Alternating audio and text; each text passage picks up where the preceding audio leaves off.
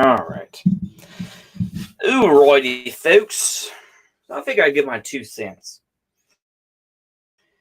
I'm not sure all the details of it, but I'm going to still give my 2 cents on it just to kind of clout chase a little bit. So apparently this all kind of started when Keith Woods made some tweets about supporting Palestine and saying that what was going on was bad. And I guess he got retweeted by, a lot of different Zionist blue check marks on Twitter. And, maybe I'll link the video in a pinned comment about what Keith Woods was saying. But anyway, so I've seen more of this sort of talk of, just the kind of transition of how things are going. I think in reality is that basically they're trying to make sort of they're trying to become more genuinely left wing, and cat people are fat and gross. Yeah, okay, I can agree with that. What I was gonna say though is that we've seen some of this change go on, and I think in general, I think I can say this with a good amount of truth in it, is that I don't really care necessarily about the future of America. I think ultimately America is just going to break apart into different countries anyway. It just depends on if you're ready to deal with that reality, That's really what it comes down to. To give up on the idea that no, I don't care for Siege. I think it's a meme book. Anywho, let me get to the chase though. I think in general, I'm just kind of wobbling here, but basically, I don't have any loyalty to whatever is left of this country. I may give token lip service. It is a meme book. Sorry, it is. Read a real book like FM 7-8 or something like that. Find out some real stuff, not something from a guy who is able to go on or CNBC and be interviewed by what's his name, So yeah, I don't really care about books like that. Anywho, I don't really care about things like that. Anyway, we're just gonna go ahead and let that go. I don't even care. Okay, there we go. I'm not gonna talk about meme books anyway. The point is that I've seen people giving their takes on supporting Israel and not supporting Israel and that sort of thing, or supporting Palestine and supporting the Palestinian cause. And in general, I think I've said this before, but I'll say it again, is that ultimately that's up to the Arabic peoples. And, I've seen some folks who are okay in terms of diaspora, and they give their takes on things. And yeah, third worldism in general is a horseshit idea. It is.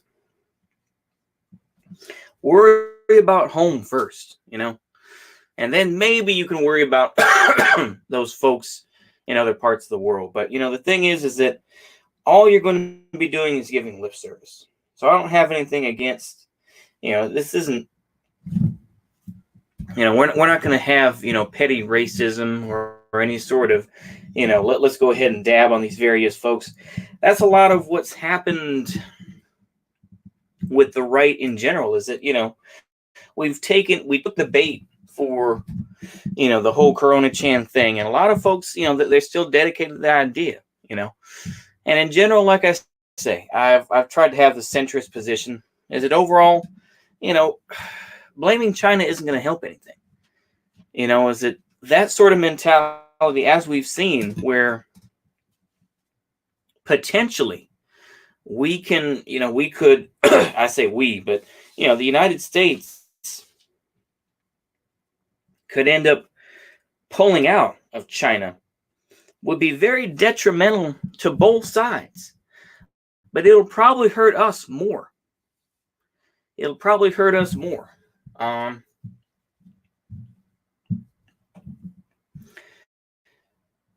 I just, I just think it's ridiculous. I mean, I was going to try to make this more coherent, but it's not working. But basically, what I meant to say is that, worry about home first, and then worry about other countries, and then worry about other people's. That's my take on it. There's a lot of this. There's a lot of this, either the fetishism. This is the dichotomy that I'm going to set up, and it may be false, but there's either a huge fetishism of other people, and when I'm talking about other people, I'm talking about, just Asians, or about, specific minorities like the Kurds, or whatever the case may be. There's this extreme fetishism, or there's this inherent just racism. We hate every single one of those types of folks. We hate the Vietnamese. We hate these type of folks. That, neither one of those things is good.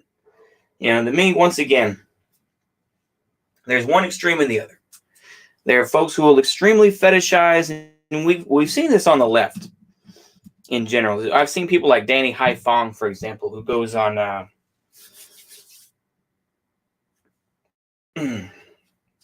the gray zone, and he will fetishize China a lot.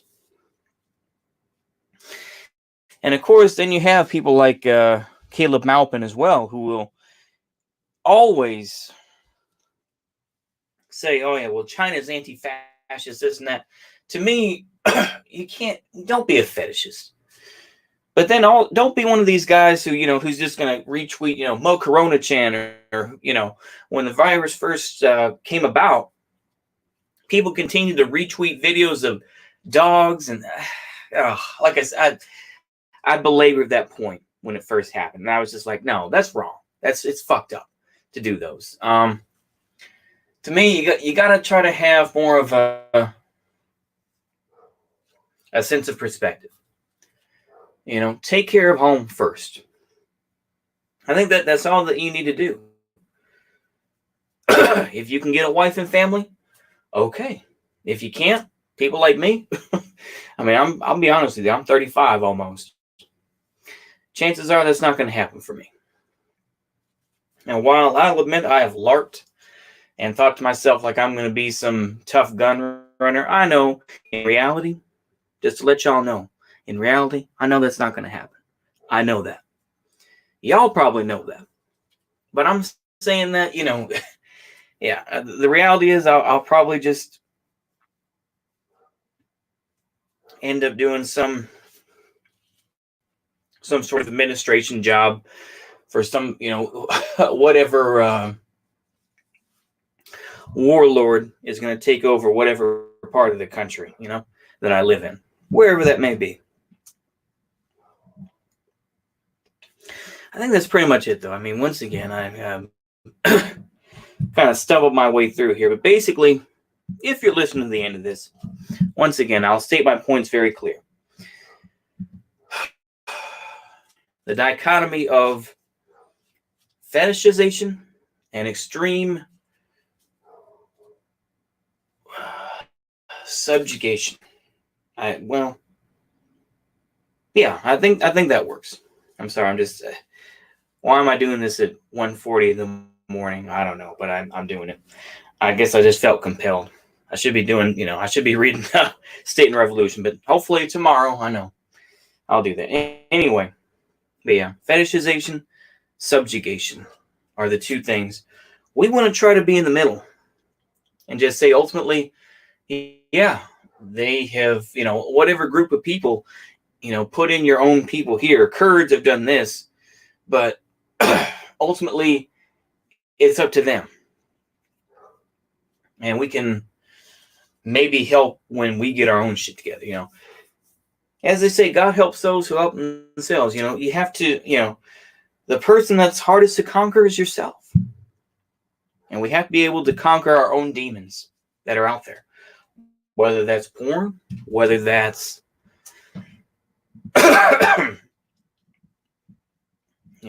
video games, whether that's whatever the case may be, alcohol, popping pills, popping a Xanny, whatever the case may be. We all have those demons devices, and we all at least have to be aware of that. Once again, I realize that I'm just stealing other people's stuff when I'm saying this stuff, but once again, I think it was Chairman Xi Jinping, not the actual guy, but the German guy on Twitter, and he was saying, is that I'm not, is that I've tried to stop masturbating, but I'm not nofap. And I think once again, it kind of ties into what I was saying before, is that there's a difference between, this is kind of like what I was thinking too. Maybe I'm gonna try to tie into another thought that I thought about. Here I'm gonna lay a spicy take on y'all. And I know I'll probably get, cringe and oh my gosh, but I'm gonna say it nonetheless. LGBTQ people will always exist. They will always exist in human society. They always will. All right. It just depends on how visible it is. Now, to me, you can face that fact, or you can try to hide behind some sort of mythical idea that it was, it was more based in this time or that time, or whatever the case may be, and it never existed. Or they learned to deal with it better, or whatever the case may be. And it's just, those are all nonsense answers. But anyway, are they part of, do they all represent the LGBTQ community, quote unquote? Or are they just people that happen to be LGBTQ? There's a difference, There are people who are in the community, whether they're sparking online, they want to set up a trap no state or whatever the case may be. And then they're just regular people who don't have anything against, who don't subscribe to, the agenda of GLAAD or the agenda of whichever sort of group that's out there, Like I say, that doesn't mean that, oh my gosh, I'm going to wave the rainbow flag. No. I'm not going to do that. I'm just saying is that that's the reality that we live in. And you have to learn to cope with and just at least understand those ideas. Not to say that you support them, but just to say, yeah, that's just how it is. That's how I feel about a lot of things at this point, though. I'm just kind of like, kind of like, I went in Target today, or at least yesterday, sorry, and I saw a mouse, not an actual, but, a computer mouse for $42. I said, what? Did I go full on boomer and be like, oh, well, this is, atrocious? No, I was just like, man, okay, that's just how it is. All right.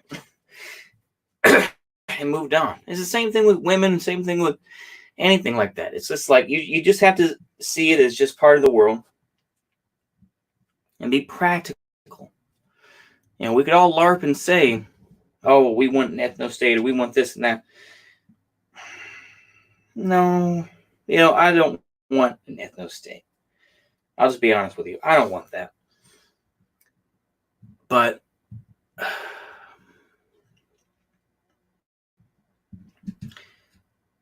I know ultimately it's going to take a lot of wrangling to get this working correctly, That's what I would say. There's a lot that can be said. But I think I've said my piece. Like I said, I went a little bit too long. But basically my whole thing is that don't feed the trolls, basically. Don't feed people by being just an empty LARPer or being a goon for somebody else, Let me briefly mention this, but I don't care about the whole Dick Masterson nonsense. The fact that we're still talking about Dick Masterson in 2020 is ridiculous, but the fact is that move on from it. Please move on. Give it up. Who cares about Dick Masterson? Who cares about Ethan Rao? Who cares about if they get money or not? Who cares? You know, eventually you're going to have to care about your own life. You know, is it there's a lot of contemplation out there. It's like, yeah, we all have our demons. We all have our faults. I'm not going to list mine here because I don't feel like airing all my dirty laundry. I don't feel like that. But I know most of my faults. And I got a big old list of them. Big old long list. From here to the ceiling. Or from here to the floor. Whichever way you want to put it. And I admit that. I know I have my issues. So